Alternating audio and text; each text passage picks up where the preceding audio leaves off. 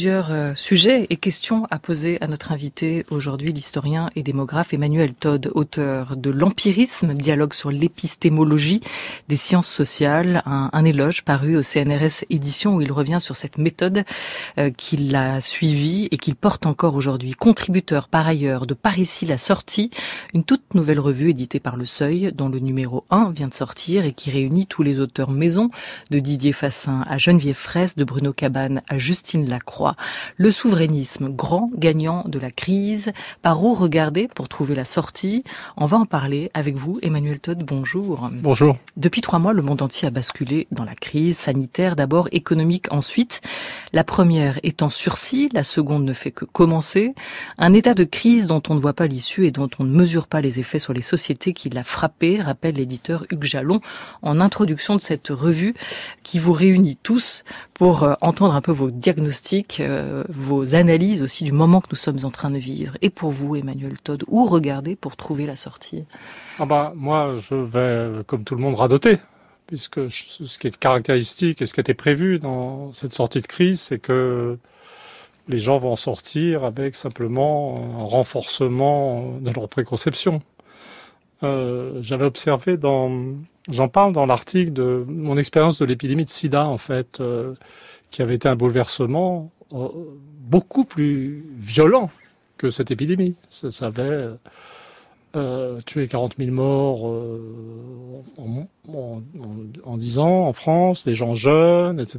Et à l'époque, dans la souffrance de l'époque, on se disait mais ça va changer les choses, je craignais que ça ne mène à une vague de puritanisme, en fait, puisque c'est une maladie qui touchait les homosexuels, les toxicomanes, les personnes d'origine africaine, avec un biais génétique, et il y avait tous les éléments pour que les attitudes changent, pour que la société se crispe dans autre chose. Et en fait, non. Je veux dire, les gens n'ont pas été affectés, la société a survécu, le libéralisme de mœurs et l'égalitarisme racial, si on peut dire, se sont beaucoup plus rapidement diffusés, et il y a eu un effet d'accélération. Et là, à l'époque du confinement, quand j'ai fait cet article, je me disais, c'est la bonne hypothèse pour voir ce qui va se passer, c'est-à-dire la même chose mais en pire. Vous voyez, donc moi je vais sortir, d'ailleurs je suis la première illustration de ma propre théorie. Donc, j'ai toujours pensé qu'on ne peut absolument pas se sortir des problèmes économiques, de la désindustrialisation, qui a été quand même cruellement mise en évidence par l'épidémie, puisqu'on est une société soi-disant avancée, incapable de fabriquer le matériel nécessaire à sa survie. Et malgré ça, les gens, donc les européistes, vont continuer à imaginer que l'Europe est la solution, ou qu'il faut trouver des solutions dans un cadre européen. Les écologistes vont penser qu'il faut faire encore plus d'écologie. Les collapsologues vont se mettre leur chapeau sur la tête et creuser des trous pour s'y mettre. Vous voyez, voilà. Donc, à mon avis, ce qu'on sent, c'est ça. Alors ça, sur la grande matrice dans laquelle nous vivons, mais c'est vrai que si vous reprenez le sida, le virus a quand même changé des choses dans les relations entre les gens. Déjà, il y a eu cette grande inconnue, elle est là encore, il n'y a pas de vaccin, on ne peut pas s'en prémunir. Et dans les relations humaines, il y a quand même eu du changement à partir du moment où ce virus a fait son apparition, tout en définissant des catégories plus fragiles ou disons plus exposées que vous avez rappelées. Pas tant que ça, je m'excuse de le dire, parce que moi, si on peut dire, je suis dans les catégories, j'avais une trentaine d'années. Donc je faisais partie des bénéficiaires de la révolution sexuelle d'après 68. Et c'est vrai que ça a amené de la prudence dans la relation sexuelle, évidemment. Mais si on pense en termes d'attitudes culturelles, et de développement économique, etc., d'équilibres sociaux, je peux pas dire. J'ai été surpris. Je maintiens mon point de vue quand même. Alors il y a eu le préservatif, il y a encore le préservatif, aujourd'hui le masque avec le coronavirus. Je pensais pas que je menais dans ce parallèle. C'est intéressant. Vous êtes historien, vous êtes démographe et vous êtes aussi sociologue. Qu'est-ce que vous entendez vous derrière ces termes de distanciation sociale? Oh non. Honnêtement, je n'irai pas sur ce terrain parce que je ne pense pas que les variables lourdes. Je sais que beaucoup de gens Je suis conscient, j'ai lu. En particulier, il y a des choses très intéressantes sur le sujet dans la revue que vous présentiez au début. Mais je ne fais pas partie des gens qui pensent que le fait de porter des masques va changer tant de choses, que le télétravail va bouleverser. Mais peut-être je suis idiot. Ou peut-être que c'est déjà l'habitude du Japon où les gens portent volontiers des masques et que les Japonais, quand même, me semblent se comporter assez normalement. Je ne sens pas le différence. Vous voyez? Vous ne croyez pas? Non, mais vous adhérez pas à l'idée d'un avant et d'un après. Ah, pas du tout. Il y a le retour à la normale. Absolument pas. Vous allez voir. On va rester aussi bête, aussi aveugle aux vrais problèmes.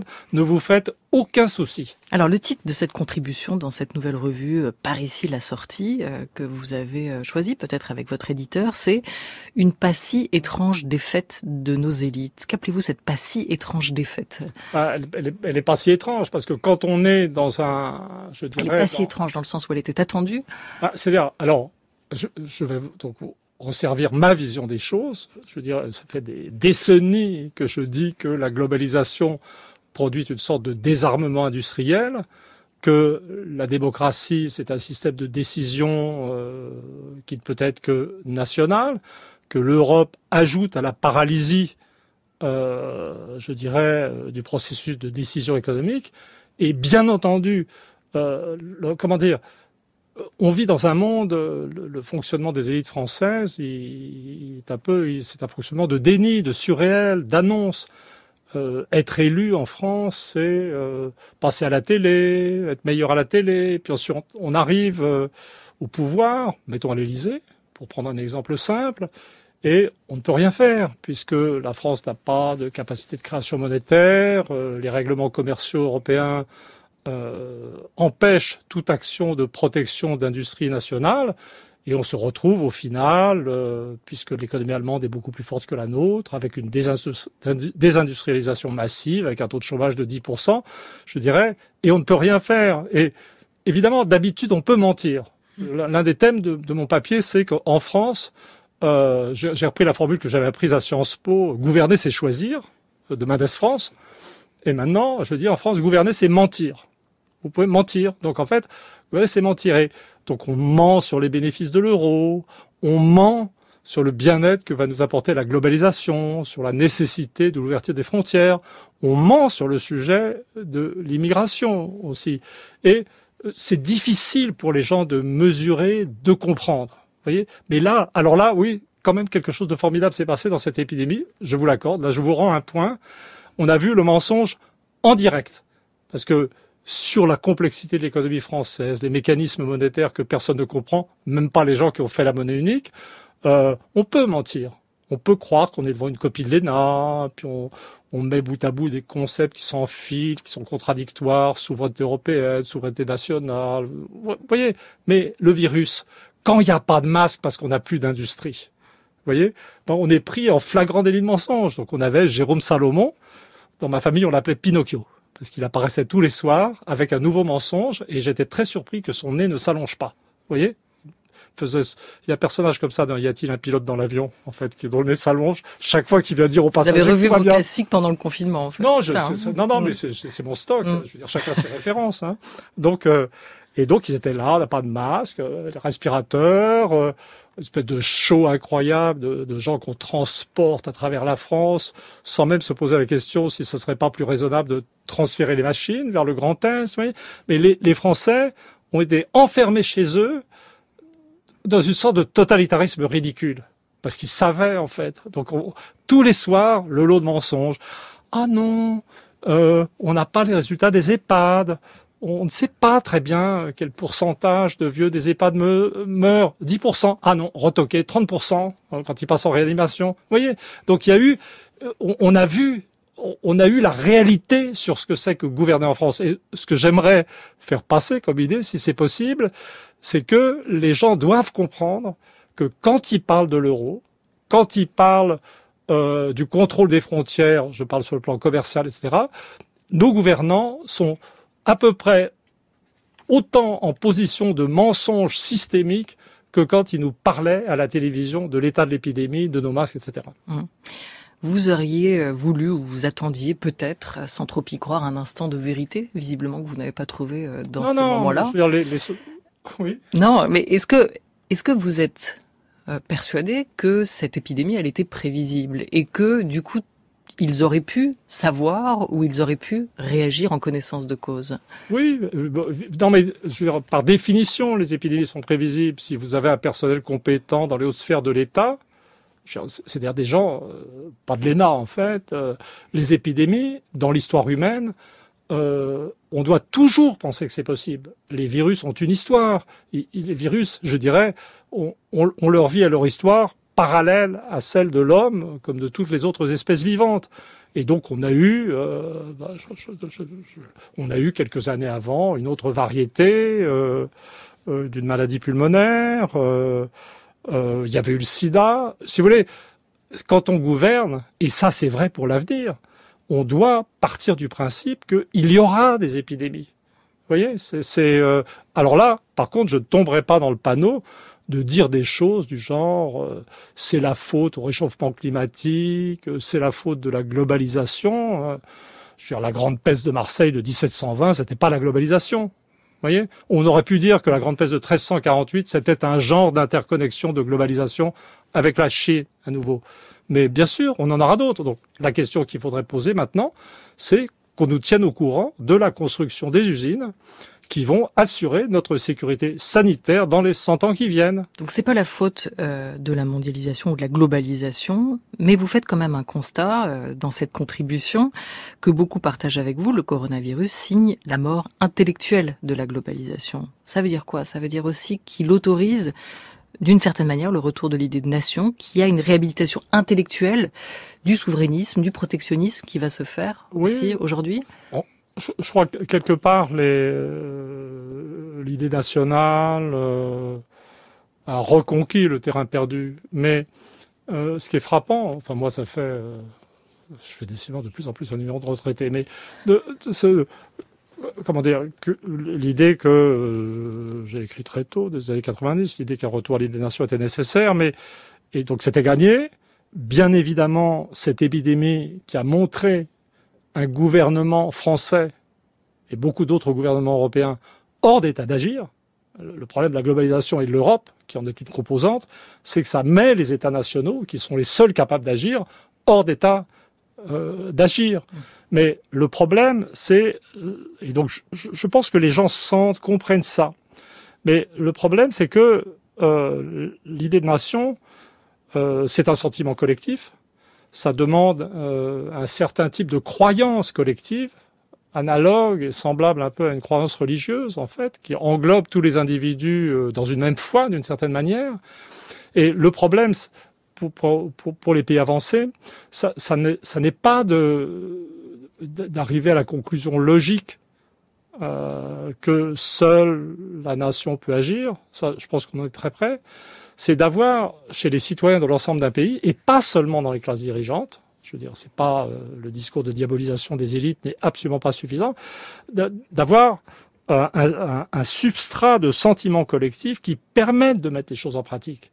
Et les développements socio-psychologiques du monde avancé, un certain type d'individualisme, le reflux des croyances, quelles qu'elles soient, le ricanement universel, qui nous amuse tant à la télé, moi comme les autres, tout ça fait qu'on ne peut pas agir. Et on voit déjà dans les sondages d'opinion qu'on risque d'être confronté aux alignements et aux désordres politiques traditionnels, avec un président qui, la prochaine fois, risque d'être élu au hasard par défaut, vous voyez.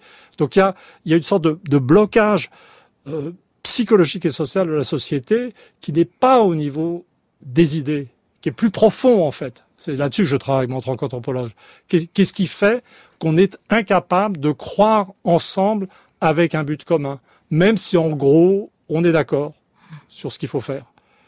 Donc vous aurez maintenant, donc on se traîne avec des élites qui font semblant de croire à l'Europe, mais essayer de croire à l'Europe, c'est s'efforcer de croire à un truc collectif. Alors moi j'entends plutôt au fil, en tout cas des allocutions présidentielles, un président qui vous donne plutôt raison sur cette idée de nécessaire réindustrialisation, nécessaire relocalisation, encore dans sa dernière allocution.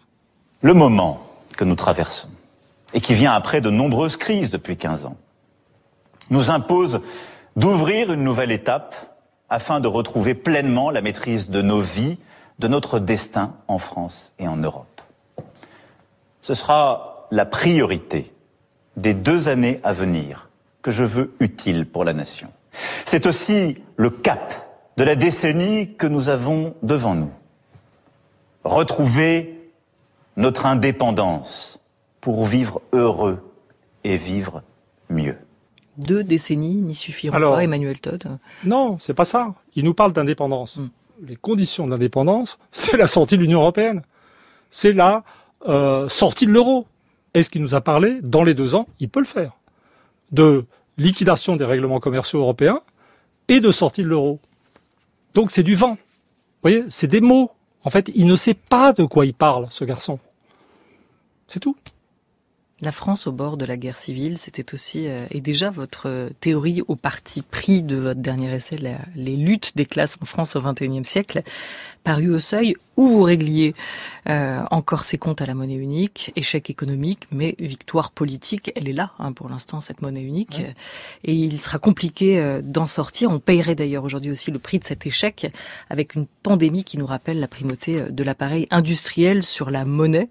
Il va falloir peut-être remettre du coup, vous le pensez, Emmanuel Todd, pour essayer de débloquer cette situation, vous évoquez ce blocage sur lequel vous travaillez, remettre du conflit politique, du conflit idéologique aussi. Oui, mais c'est ça qui est dur. C'est-à-dire que les conditions sont là. Dans mon livre, j'avais la description de ce que j'appelle la majorité centrale atomisée, porteuse de toutes les évolutions culturelles, mais qui est un lieu d'hyper-individualisme et d'hyper, je dirais, désintégration des sentiments collectifs. Mais là, je voudrais essayer de comment dire, autre chose que du discours anti-Macron ou anti-élite, et parler des problèmes du souverainisme, en fait. Vous voyez, c'est-à-dire, spontanément, les gens me classeraient sans doute comme souverainiste. Et donc, j'aimerais dire pourquoi, en fait, non. Alors, oui, en fait, non. Et je veux dire, quels sont les problèmes du souverainisme en France? Je veux dire, Onfray a sorti une revue, je l'ai écouté hier à la télévision, il m'impressionne toujours par son punch. Chaque fois que je le vois, je me dis, mais jamais je pourrais comme ça. C'est vraiment formidable. Et bien entendu, dans tout ce que disent les souverainistes, bon, c'est clair que dans tout ce qui est analyse économique, analyse sociale, conception d'une démocratie qui ne peut fonctionner que dans le cadre d'une nation et d'une histoire, je veux dire, dans toutes ces dimensions-là, je suis très proche. Mais ce que j'ai constaté, je dirais empiriquement, pour continuer dans mon éloge de l'empirisme, c'est que quand on connaît les milieux souverainistes, quand on voit les gens qui écrivent, qui parlent du souverainisme, on se rend compte que, je dirais, qu'ils n'ont pas une vision fondamentalement, je dirais, optimiste et inclusive de la nation. C'est-à-dire que pour moi, il y a une précondition, vous voyez, comme précondition à la renaissance de la nation, pour moi, il n'y a pas que la sortie de l'euro. Il y a aussi de dire, écoutez, bien sûr, il faut du protectionnisme économique, bien sûr, il faut de la souveraineté monétaire, bien sûr, il faut accepter l'idée d'un contrôle des frontières, mais une autre précondition, c'est que avant cette reprise en main de la société française par elle-même et par son système politique et par ses citoyens, il faut fortement déclarer que tous les gens qui sont là, quelle que soit l'origine, sont des Français. C'est-à-dire qu'il faut s'asseoir avec optimisme sur la question de l'islam, du communautarisme. Il faut accepter la réalité de petites différences qui persistent et il faut vraiment rentrer dans un monde français un peu plus divers qu'avant et fraternel, dans lequel les presque 20% de naissances de gens qui portent des prénoms musulmans sont des Français. Sinon, ça ne peut pas marcher. Ça ne peut pas marcher. Et si vous voulez, je veux dire, alors je vais pas commencer à citer des noms, mais même mon frère a écrit des trucs pas sympas sur l'islam. Je ne parle pas de Zemmour, qui est complètement obsédé par ça et qui dit des choses sur l'économie très, très intéressantes et très valables. Je veux dire, c'est un type intelligent, mais il est évident. Vous voyez, je vais vous donner un exemple. Dans les milieux souverainistes, pas tous, il faut pas, mais pas tous. Mais vous verrez quand même que la force du souverainisme est quand même un peu proportionnelle à cette xénophobie interne. Donc vous allez trouver des gens qui vous disent, utilisant les études de Fourquet, ah ben c'est terrible, 20% de Français d'origine étrangère, etc., etc., etc. Et qui ont l'air de dire que ça montre qu'il y a un super problème. Non, ça montre pas qu'il y a un super problème. S'ils pensent que c'est un super problème, la France est terminée. Ça ne vaut pas la peine de se battre. Parce que une nation de la taille de la France, si elle veut récupérer sa souveraineté, doit s'appuyer sur tous ses citoyens. Et donc, le projet souverainiste, je veux dire, tant qu'il ne mettra pas dans ses priorités l'intégration optimiste, dans une sorte de nouvelle fête de la fédération, de ces gens d'origine immigrée, sera condamné à l'échec. Et je le trouverais largement aussi ridicule que l'élitisme, l'énarchie et les européistes. Voilà, donc ce projet souverainiste qui échoppe aujourd'hui sur cette distinction ouverture-fermeture que vous évoquiez. On a reposé, puisque vous parliez d'eux, à Michel Onfray et à Éric Zemmour, c'était CNews, avec Christine Kelly, la question de la différence entre le souverainisme de gauche et le souverainisme de droite. On va écouter leur désaccord, ou plutôt leur accord sur cette distinction. Si vous mettez en concurrence des enfants indiens ou des enfants marocains et puis des adultes qui sont des travailleurs français, il est bien évident que le travailleur français, on va le mettre au chômage parce qu'on va vouloir sous-traiter parce qu'il faut faire de l'argent. Donc c'est le libéralisme qui évidemment déteste le souverainisme et a décidé qu'il fallait salir ce mot-là, qui veut un gouvernement planétaire. Ce qu'est l'État maastrichtien, c'est un État totalitaire, puisqu'il y a comme une espèce d'homogénéité, de totalitarisme idéologique, etc., qui vise. Lisez Jacques Attali, il a dit qui gouvernera le monde, il a publié un livre dans lequel très précisément il dit notre objectif c'est le gouvernement planétaire. Éric Zemmour. Oui, là-dessus, on est tout à fait d'accord sur leurs intentions et sur leurs objectifs, je suis tout à fait d'accord avec vous. Maintenant, je vous répète, ça va être très compliqué parce qu'il y a des intérêts objectifs. C'est-à-dire c'est pas seulement les élites industrielles, financières, etc. qui ont intérêt, c'est aussi les classes populaires. Voilà, cette discussion, cet échange, vous y retrouvez ce que vous venez d'évoquer, Emmanuel Todd ? Je sais pas, je me sens loin en fait. Et de façon générale, je suis pas dans l'opposition gauche-droite, l'élitisme, le populisme, etc. Je pense que les solutions sont ailleurs. Par exemple, opposer l'idée de nation et l'idée de libéralisme, ce que faisait Onfray, me semble-t-il, c'est absurde. Les Américains et les Anglais sont dans un recentrage national qui ne va pas les empêcher d'être libéraux, en fait. De même que les Allemands sont dans, je dirais, une dispersion internationale qui ne va pas les empêcher d'être autoritaires. Vous voyez, donc c'est pas. Je crois que mon point de départ, si je devais analyser la situation, les affrontements, ça serait pas finalement c'est très clair que ça n'est pas d'idéaliser les élites, mais ça ne serait pas non plus de les diaboliser non plus. Et je crois en fait, c'est des gens comme Macron, les gens qui l'entourent, sont beaucoup plus perdus dans l'histoire que machiavéliques. C'est-à-dire que peut-être je suis plus empathique et c'est une sorte de bienveillance de l'âge. Je pense que Macron, c'est plus du tout où il est. Et quand vous voyez, regardez ce qu'on vit là. On vit des débats sur la police où on trouve des mises en accusation des policiers par le gouvernement, alors que le gouvernement les avait lâchés comme des bêtes féroces sur les gilets jaunes. Donc le gouvernement ne sait plus où il est. Alors, on voit des lignes de force. C'est-à-dire, on voit bien que la violence monte et que le débat maintenant sur qu'est-ce que gouverner en France, fondamental, ça n'est plus d'arranger les choses sur le plan économique, ça n'est pas de reconstruire l'appareil industriel, c'est de s'assurer qu'on a un système de répression solide, compétent ou pas. Mais ça, c'était une question qui était effectivement déjà posée avant la crise sanitaire. Quelle police voulons-nous au service de quel État ? Mais je trouve que c'est très révélateur. C'est-à-dire que on était dans des problèmes de gestion policière, on sort et on y retourne. On nous annonce une crise économique et le débat est sur la police. Et ça, c'est du sérieux. Mais quand Macron nous parle de reconquérir notre souveraineté économique, tout le monde sait bien, au fond, qu'il est dans la pratique habituelle du pouvoir en France. Il ment, il raconte des histoires. Mais les débats sur la police, avec la crise qui s'annonce, dont on pense qu'elle arrive, ça c'est du sérieux. Alors juste une petite question, et après on sort de si cette... Macron arrive et nous dit, pour retrouver notre souveraineté, j'ai décidé de promulguer l'article 16 et un coup d'État, là je dirais, ouais, voilà un garçon sérieux. Un dernier mot sur cette revue, et après on en revient à l'éloge aussi de l'empirisme, où on y vient, sur cette revue Front Populaire lancée par Michel Onfray, revue, plateforme, projet politique. Il est un peu entre ces trois notions, n'ayant pas eu l'objet entre les mains, j'aurais bien aimé, mais je ne peux pas vous en parler sur le fond. Onfray attentivement. Oui, mais on n'a pas encore feuilleté, on a hâte. Oui. Michel Onfray qui dit en tout cas vouloir faire l'union des souverainistes de gauche et de droite et d'ailleurs. Une union, est-ce qu'elle vous semble souhaitable avec je ne sais pas qui du coup. Est-ce que vous pensez qu'aujourd'hui, puisqu'on cherche ensemble, le Par ici la sortie, titre de cette revue qui paraît au Seuil, est-ce qu'il faut quand même tenter une réconciliation, une union, et entre qui et qui pour vous, Emmanuel Todd? Oui, mais je dirais, c'était intéressant cette discussion à la télévision, parce qu'évidemment tout le monde se posait la question de savoir si cette revue est quelque chose d'important. Vous voyez, c'est vraiment. Je suis content que ça existe en fait sur le fond. Même si je me sens loin, en fait, mais je suis content.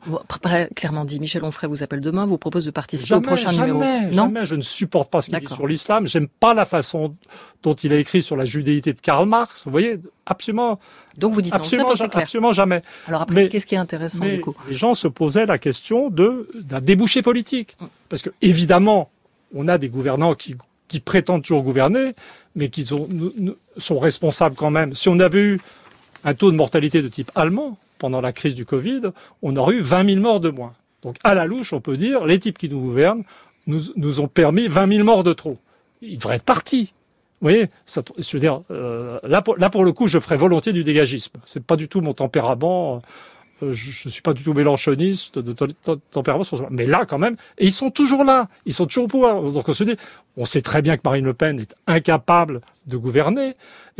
Et donc la question qui est posée maintenant, Macron nous assure qu'il a 2 ans pour réaliser l'indépendance économique de la France sans savoir du tout comment s'y prendre. Nous, les Français, notre problème, c'est comment nous débarrasser de cette équipe de nuls dans les 2 ans qui viennent. Et donc, il se posait la question. Donc, est-ce que le projet d'Onfray, ça va permettre de trouver quelqu'un qui incarne... Non, je veux dire, il faut un programme. Et ce que je disais tout à l'heure, c'est, je dirais, l'immaturité du souverainisme sur la question d'un deal, en fait. Enfin, dans un programme, il faut un deal, un deal, je dirais, national. Je veux dire, d'accord pour la prise d'autonomie et le contrôle des frontières, mais tout ce qui est à l'intérieur est français 100%. Au départ, et tant que le souverainisme n'a pas atteint cette maturité, il n'y aura pas de problème possible, il y aura des types décontractés sur ces questions, peut-être trop même, dans le souverainisme, qui voudront l'ouverture des frontières, etc., ou qui n'auront pas compris qu'il faut contrôler les frontières. Et puis vous aurez des mecs comme Zemmour, une sorte de pathologie de l'islam, en fait. C'est juste pas possible. J'ai fait mes études d'histoire au moment de la floraison maximale de l'école des Annales, à l'époque justement où tout le monde étudiait les variables intéressantes. Racontez-vous dans Éloge de l'empirisme, ce dialogue sur l'épistémologie des sciences sociales que vous avez eu avec Marc Joly et qui en partie et qui paraît aujourd'hui au CNRS édition. C'est un mot de cette méthode donc empirique dont vous faites l'éloge dans ce livre. Sortir des excès du débat médiatique pour retrouver sa casquette de chercheur en sciences sociales, ça semble heureusement nécessaire pour vous. C'est peut-être probablement le point d'équilibre. Je reste un chercheur, appelez-vous, affirmez-vous. Ce titre, une pas si étrange défaite de nos élites. On imagine qu'il y a une référence à l'étrange défaite de Marc Bloch qui, à l'été 40, rédige cette analyse implacable de la débâcle française qui tente de dresser un peu les responsabilités, alors là, militaires et politiques. Peut-être aujourd'hui, on le fait d'un point de vue sanitaire et politique de notre échec. Vous, quel témoin vous êtes dans cette crise? Vous vous placez où? Je suis pas, en fait, par formation, je ne me considère pas comme un intellectuel français. Je suis un chercheur et je suis intervenu dans les débats occasionnellement que parce que j'avais le sentiment d'avoir mis la main empiriquement, comme c'est dit dans le livre, sur des choses intéressantes que les gens n'avaient pas pour comprendre. Donc mon premier livre, la chute finale, essai sur la décomposition de la sphère soviétique, dans lequel j'annonçais bonjour, vantardise arrive là. C'est le moment. C'est le moment vantardise. La chute du système soviétique. Je viens en rentier de cette prédiction réalisée depuis de longues années. J'avais trouvé, en baladant dans la bibliothèque de l'Institut national d'études démographiques, j'étais encore quasiment étudiant, j'avais trouvé un volume des Nations Unies qui montrait une hausse du taux de mortalité infantile soviétique entre 1970 et 1974, si mes souvenirs sont exacts, puis un arrêt de publication, et d'après ça, j'avais vu que le système pourrissait, puis j'avais construit un modèle, je dirais, pour prendre ça. Quand je suis intervenu au moment du début du lupénisme sur la question de l'immigration, c'est parce que j'avais vu que le taux de mariage mixte entre enfants d'immigrés et populations d'origine française un peu plus lointaine, malgré la présence du Front National, alors le seul mouvement d'extrême droite qui existait en Europe, ce taux de mariage mixte était beaucoup plus élevé qu'en Angleterre ou en Allemagne.